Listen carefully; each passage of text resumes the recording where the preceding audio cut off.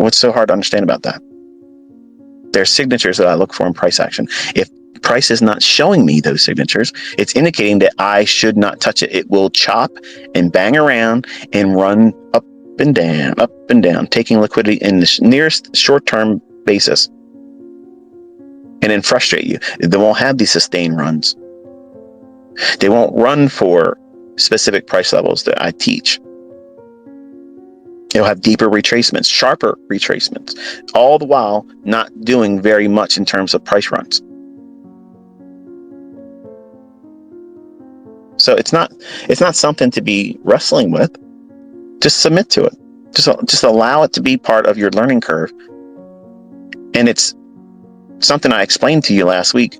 It's in a market where, until we leave this range, we're in a very, very small intraday scalpers market. And when that is in existence, you're forced to either trade that way or lose money.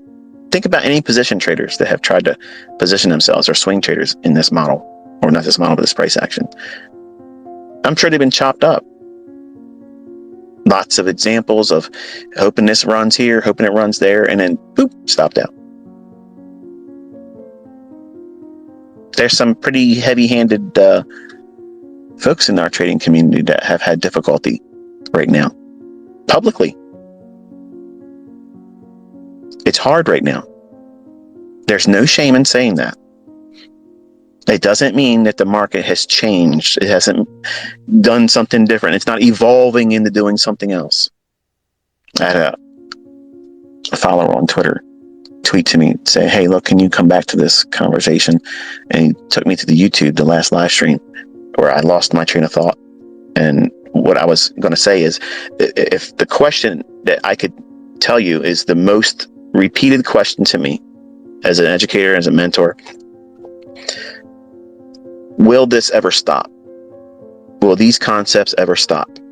And I got distracted and I wasn't able to come back to that, but I tweeted a response to that person, and I'm going to say it here too, in case people missed it or they missed it.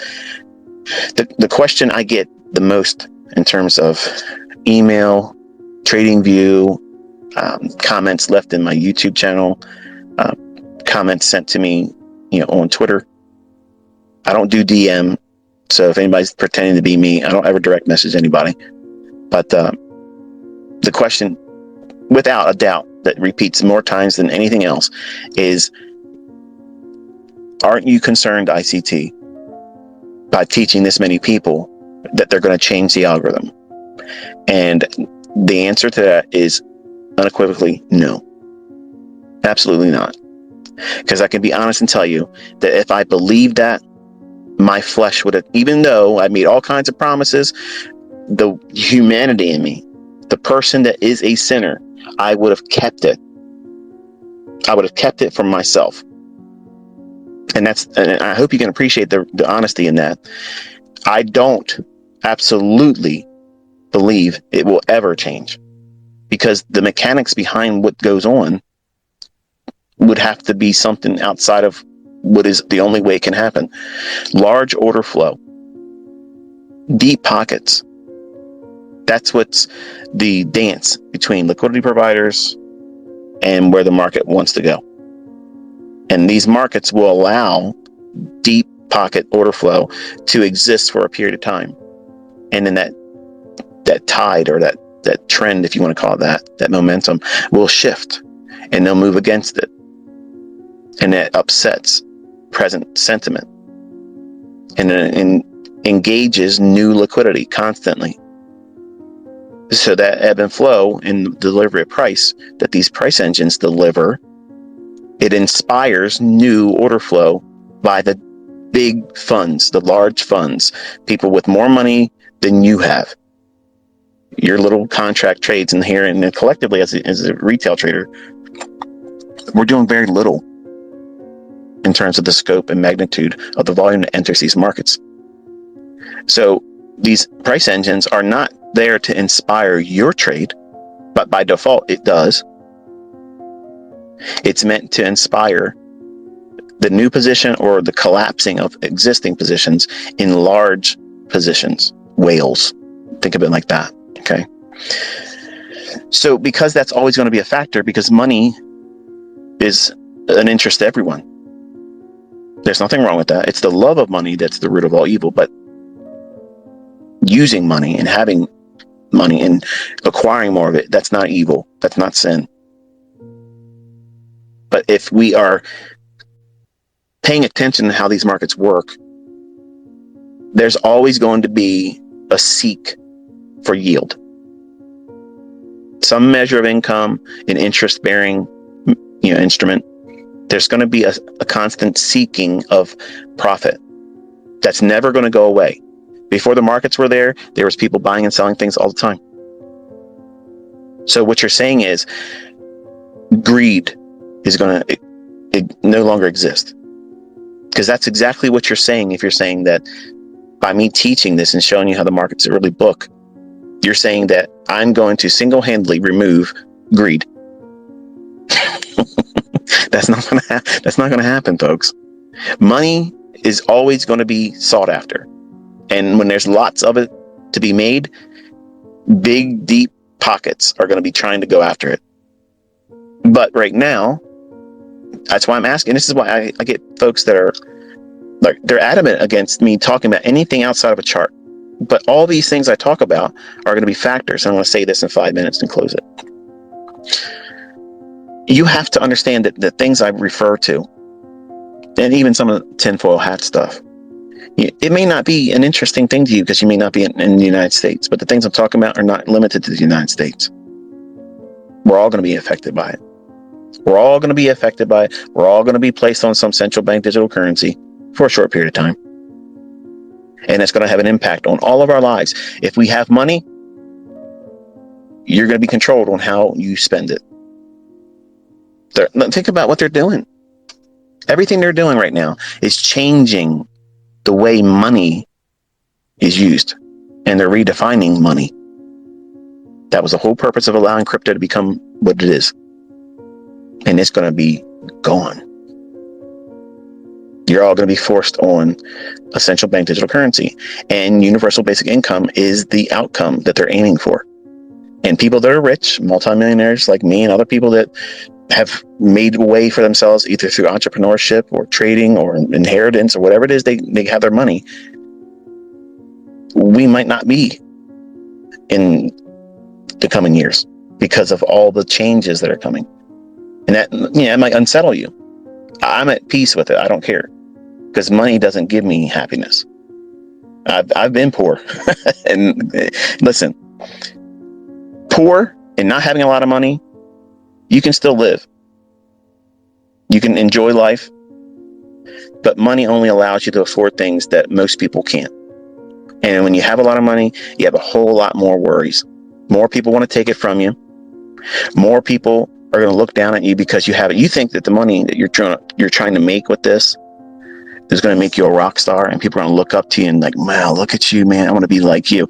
No. In reality, they look at you like, you're not going to be looked at like you want. Let's put it that way. And certain weak individuals are going to come around you and try to befriend you because they want what you have. And when they realize that they can't get it, then they'll show their true colors. So it's hard to see real friendship. It's hard to know real relationships when you have money. You don't know a person's real intent, and you always have to second guess it. And when you don't have a lot of money, your friends are more friend. You can trust your relationships because they love and trust you. And a lot of you young guys out there are in a rush to get this millionaire status. And you're young, and you're going to make the same mistakes that I did. You're going to lay down with somebody that, probably isn't the best person for you. And I didn't see it coming, and I got whacked. So all these things that I teach you and talk about, they're going to impact you one way or the other. It's going to happen. Maybe not to every degree, but the things that I talk about are going to impact trading. Oh, it's not going to happen here, ICT. Watch it happen. Watch. Prepare for it. If it doesn't happen, you had insurance. You were prepared for it. But going into this endeavor in terms of investing and trading and turning a blind eye to everything I'm talking about, and I've been talking about for years. Right now, everybody wants to talk about the things that I've been talking about since 2016. Before anything happened, I was talking about all these things. This is what's likely to happen. And it was called Chicken Little, mocked on social media. Look at the world we're living in right now. Does it feel normal to you? Not to me. And it's going to be changing. You want to talk about the things that are changing? Money, how we use money, commerce, all of that is changing. Trading will be impacted by that.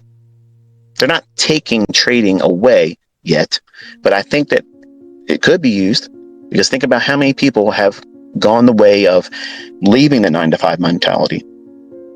Now, there's a lot of people that fail trying to trade. I'm doing a very bad job of condensing this in the last 5 minutes, right? I'll wait for my son to peek his head out. The idea is this. By preparing for scenarios that allow for the highest probability for you to profit, and understanding where the snares are, where's the pitfalls, where's the things that you're going to likely do harm to yourself, and avoid that. Don't even walk in that area. Don't even venture into that jungle. And right now, the way the markets are behaving, it's literally like taking a bloodbath and walking into the jungle, waiting to be devoured by the first thing that gets its claws into you. And then wondering as you're being eaten alive, why did this happen? Who's responsible for this? Who can I blame for this? Someone owes me restitution. No, you made a very poor choice. You were ill-equipped, and you went into a dangerous condition and situation, assuming that you would survive it and have no harm done to yourself. That's the equivalent mentally. That's what you're doing right now by trying to trade in this environment. How hard is that to understand? Now, for those of you that are quiet, didn't say anything to me, and you've hurt yourself, lost money, went into drawdown, lost your funded account, failed your funded account challenge, you know every box that I toggled as we went through this discussion, you knew that was the truth, and yet you still pushed the button. Who's responsible for that? I wasn't even around here. I've been away. And some of you, if you're being honest, if someone asked you, you'd be blaming me. At ICT, I watched that video. He said to do this. What? What did I say right now? What did I say right now? I'm taking a step back. I'm not touching it. I need to see what's going to happen. Nothing. Now, yesterday I got lucky. Saw a little bit less than 10 handles of a move. But that was on the heels of me trying to do something long. And I got pinched for 1/4 of a point, then reversed and got just short of 10 handles. After that, no idea what it wanted to do. No idea. So I don't look at that as skill. I didn't call that, look how awesome I am, high five, boom, like you see me do when we're in high probability conditions. I do that not to show off. It seems like showing off, but I'm doing it to the viewership that are trying to learn. I'm anchoring that moment. I'm creating that little kind of excitement, that happy dopamine drop, because it becomes much more meaningful to you instead of just watching. Oh well, there's price action that you didn't take a trade on. You can't profit from it. You can't spend the money on it.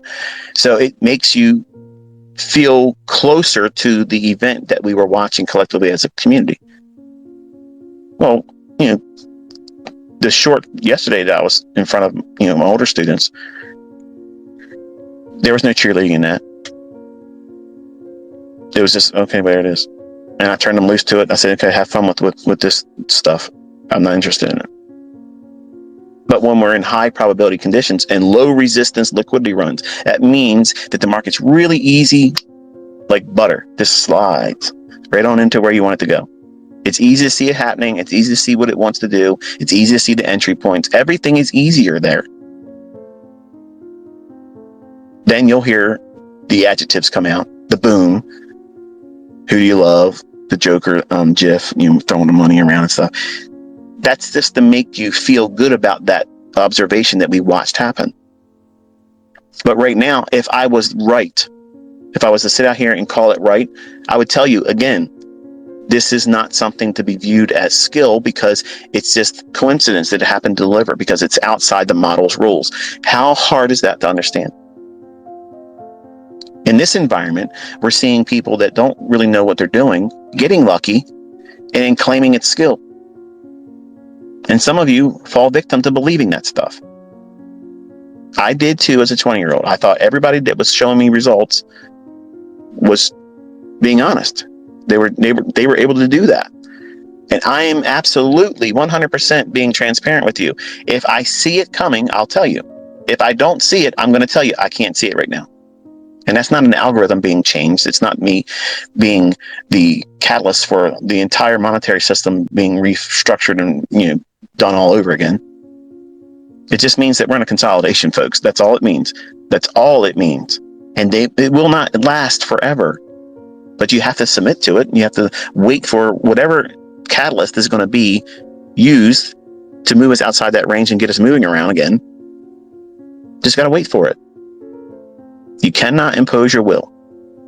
The sands of time right now, they're going to drop the same speed. They're always dropping the same speed.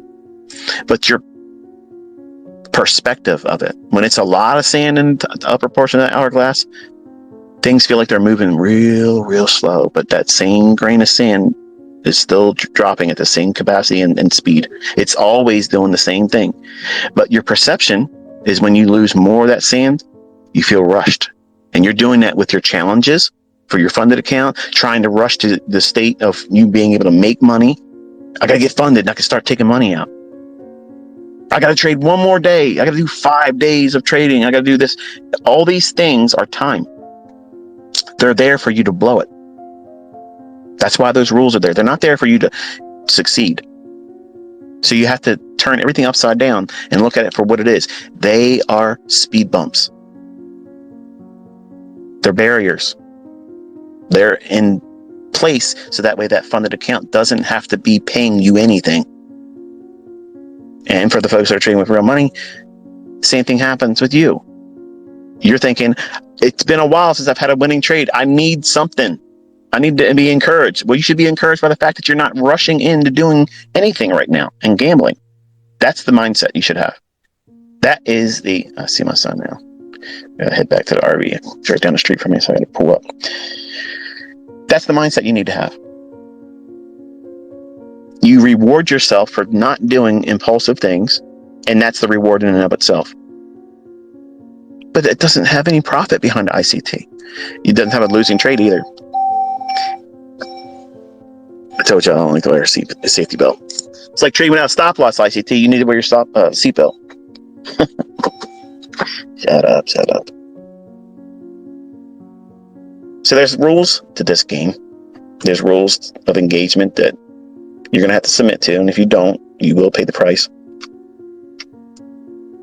And if you don't have these rules written out and follow them, you will not measure your growth. Not psychologically, not monetarily. You'll have no measure of knowing what it is that you should be expecting in terms of progress. How much have you grown in the last 2 weeks?